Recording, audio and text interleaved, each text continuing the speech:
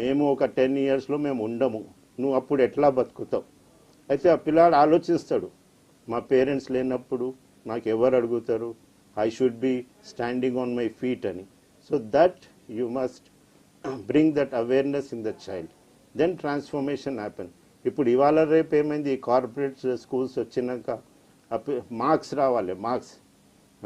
ఇప్పుడు మీరు యాడ్స్ కూడా చూస్తారు కదా, రిజల్ట్స్ రాగానే 1, 2, 3, 4 అనుకుంటా. అది ఏముంది, అది 1, 2, 3 అది ఓన్లీ నంబర్స్.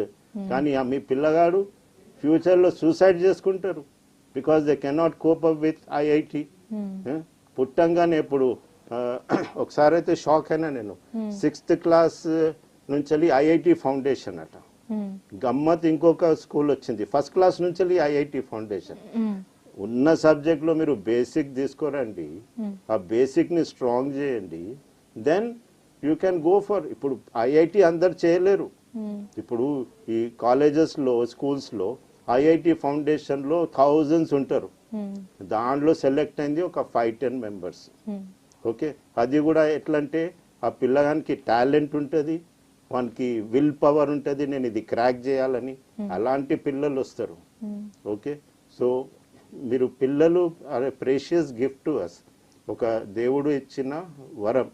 అయితే మనం ఎలా నర్చర్ చేయాలి, మన పేరెంట్స్ కలిసి, టీచర్స్ కలిసి, అందరు కలిసి పోతేనే మన పిల్లలు షైన్ అవుతారు. That was our concept. And ఆ కాన్సెప్ట్ వలన మా స్కూల్ లీప్స్ అండ్ బౌండ్స్గా ప్రోగ్రెస్ అయింది.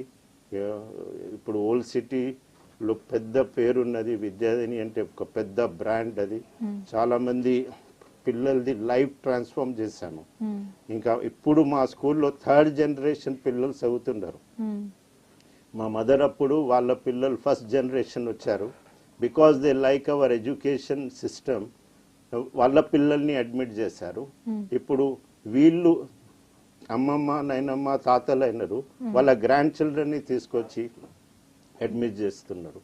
అయితే విద్యాధని ఒక విద్యా సంస్థ కాదు, ఒక ఎక్స్టెండెడ్ ఫ్యామిలీ. ఆ వాల్యూస్ ఎవ్రీ స్కూల్ తీసుకురావాలి.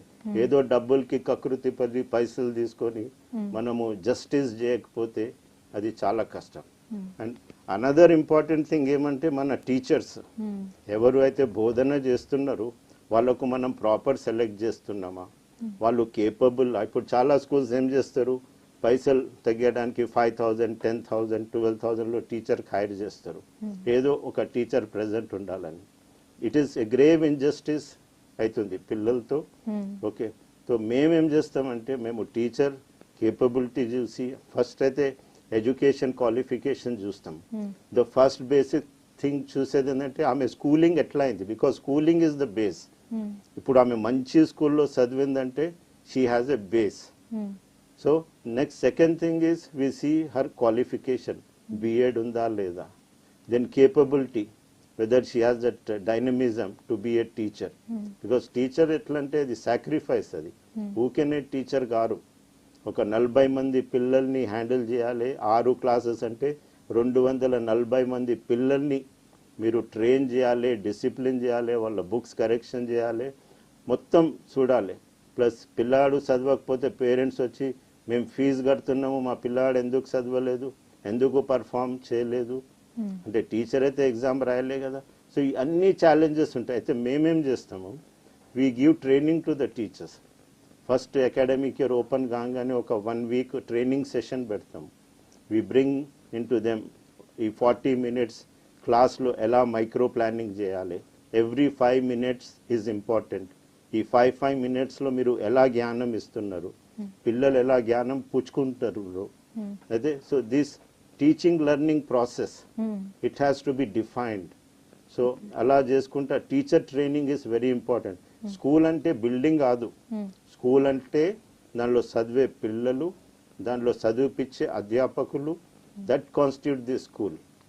Okay, and then the management, వాళ్ళ విజన్ ఏముంది,